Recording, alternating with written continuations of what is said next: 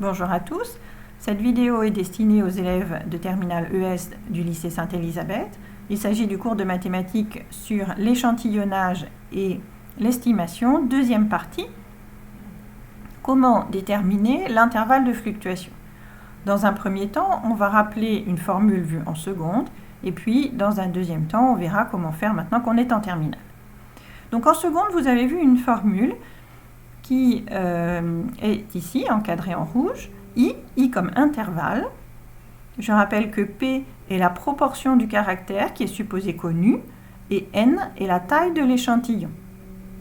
Et la formule est la suivante, P moins 1 sur racine de N, P plus 1 sur racine de N.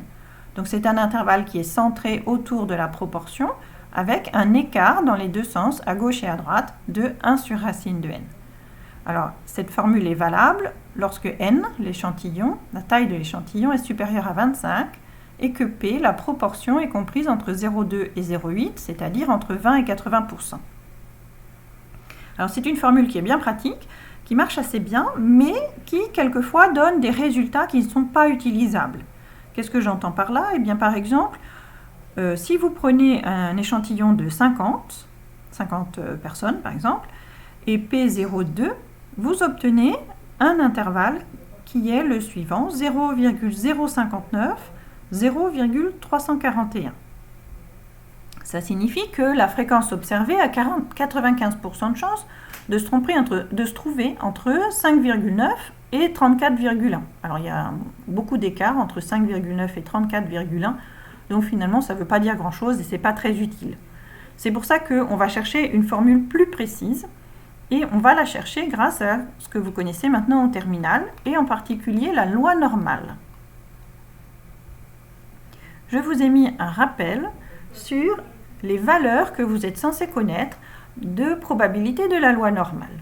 Alors ces 4 valeurs sont des valeurs qui sont centrées autour de la moyenne, M, et s'écartant à gauche et à droite d'un certain facteur de l'écart-type sigma. Alors, si vous vous écartez d'un écart-type, on trouve 0,68.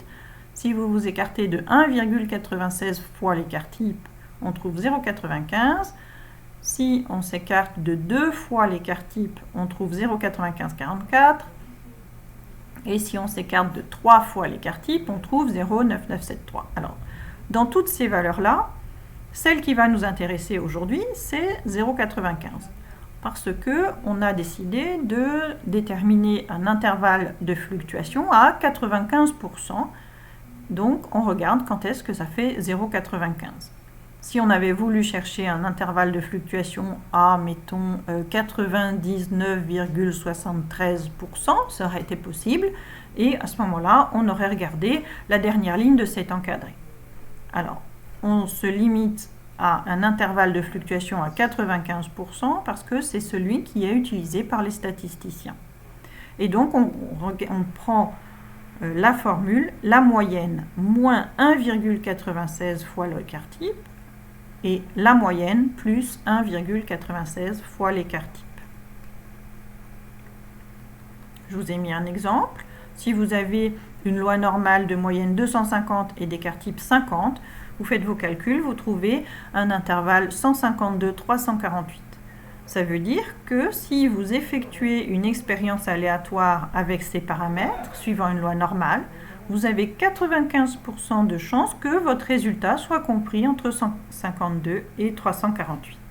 Alors c'est ça qui va nous intéresser, 95% de chances de tomber entre tel et tel résultat.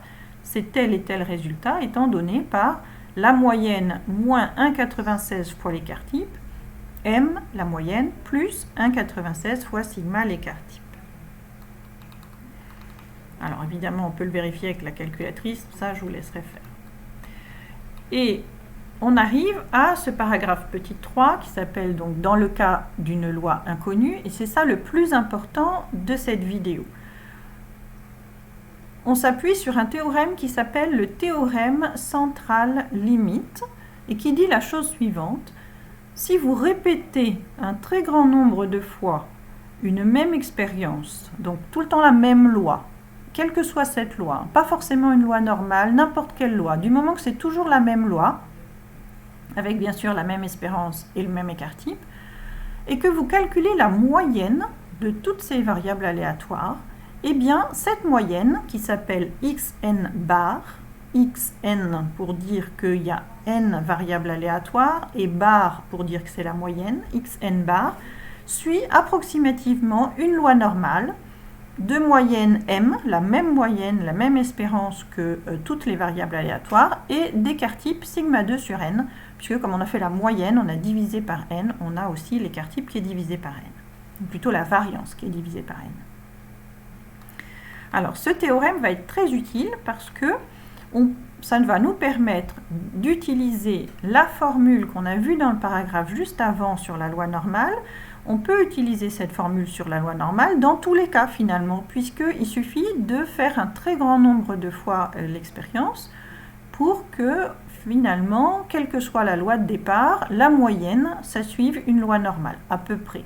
Alors un très grand nombre de fois, rassurez-vous, c'est pas très grand, c'est au-dessus de 30. Donc les conditions d'utilisation de cette formule sont encadrées en rouge ici. N, la taille de l'échantillon, c'est-à-dire le nombre de fois que l'on répète l'expérience doit être plus grand que 30.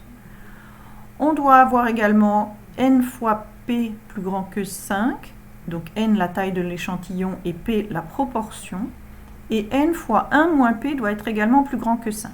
Alors ces deux dernières conditions sont liées à certains calculs dans la démonstration du théorème. Ce qu'il faut retenir, c'est donc les conditions, n plus grand que 30, np plus grand que 5, n1 moins p plus grand que 5, mais surtout la formule elle-même, et je vous la lis, i égale, donc i comme intervalle, p moins 1,96 fois racine de p1 moins p sur n, et de l'autre côté presque la même chose, il n'y a que le signe qui change, p plus 1,96 fois racine de p1 moins p sur n. Alors vous remarquerez que P est donc correspond à la moyenne. On retrouve bien le 1,96 de la loi normale. Et puis tout ce truc-là, la racine de P1 moins P sur N, ça c'est l'écart type. Et là pareil, la moyenne plus 1,96 fois l'écart type. Donc ça, il faut le retenir par cœur. C'est nouveau par rapport à la classe de première et par rapport à la classe de seconde. Donc dans cette vidéo, c'est ça qu'il faut retenir par cœur.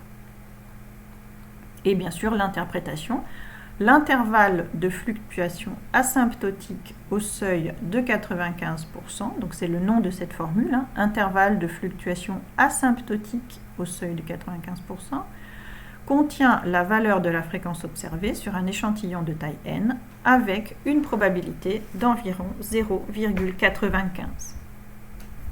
On va reprendre le même exemple que dans la première vidéo, c'est-à-dire le pourcentage de gauchers en France. On avait vu un groupe de 100 personnes dans lequel il y avait 15 gauchers. Et je vous avais donné un certain intervalle de fluctuation qui est celui-ci, 0,056, 0,184. Et bien voilà comment j'avais calculé ces deux nombres. P moins 1,96 fois l'écart type, c'est-à-dire 0,12 moins 1,96 fois racine carrée de 0,12 fois 1 moins 0,12 sur 100, hein, ça correspond à la formule. L'autre côté, presque la même chose, mais avec un signe plus, et donc on trouve ces deux valeurs-là.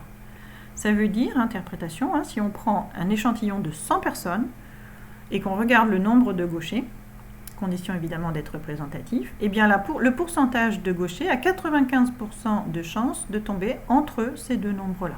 Donc tout à l'heure, on avait pris un exemple où il y avait 15 gauchers, donc oui, effectivement, ça appartenait à l'intervalle de fluctuation. Alors si on prend un groupe plus grand, avec 1000 personnes, alors on peut refaire les calculs, et, je ne vous lis pas tout, on trouve l'intervalle qui est ici, 0,09999, 0,1401. Alors ça veut dire que si on prend un échantillon de 1000 personnes, le pourcentage de gauchers a 95% de chance d'être compris entre donc presque 10% et 14%. Donc on a quelque chose de beaucoup plus précis, puisque tout à l'heure avec 100 personnes, on était compris entre 5,6 et 18,4. Vous voyez que la fourchette est beaucoup plus resserrée en prenant plus de personnes. Ça c'est important. Alors je vous avais donné un autre exemple qui était une publicité qui affirmait qu'il y avait 85% de clients satisfaits et on avait vu qu'il y avait finalement 0,819, c'est-à-dire 81,9% de gens satisfaits sur l'échantillon. Et on avait dit que c'était significativement différent puisque ça n'appartenait pas à l'intervalle de fluctuation. Alors comment est-ce que j'avais calculé cet intervalle? Eh bien avec cette formule, 0,95 moins 0,85 moins 1,96 fois l'écart type, 0,85 fois 1 moins 0,85 sur 2500, et puis la même chose de l'autre côté, mais avec juste le signe plus. Et donc ça donne ces deux nombres-là, 0,836, 0,864. Alors, ce n'est pas la même chose que la formule vue en seconde, ça c'est sûr, puisque ce n'est pas la même formule, ce n'est pas les mêmes résultats. Mais elle est plus précise. En fait, on s'aperçoit que l'intervalle de fluctuation asymptotique, donc celui que vous venez de voir en classe de terminale, il est plus petit, il est plus précis que celui qu'on a vu en seconde. Donc c'est pour ça que lorsque les conditions le permettent, il vaut mieux utiliser l'intervalle de fluctuation asymptotique. Par contre, si les conditions ne le permettent pas, à ce moment-là, on se rabat sur la formule vue en seconde.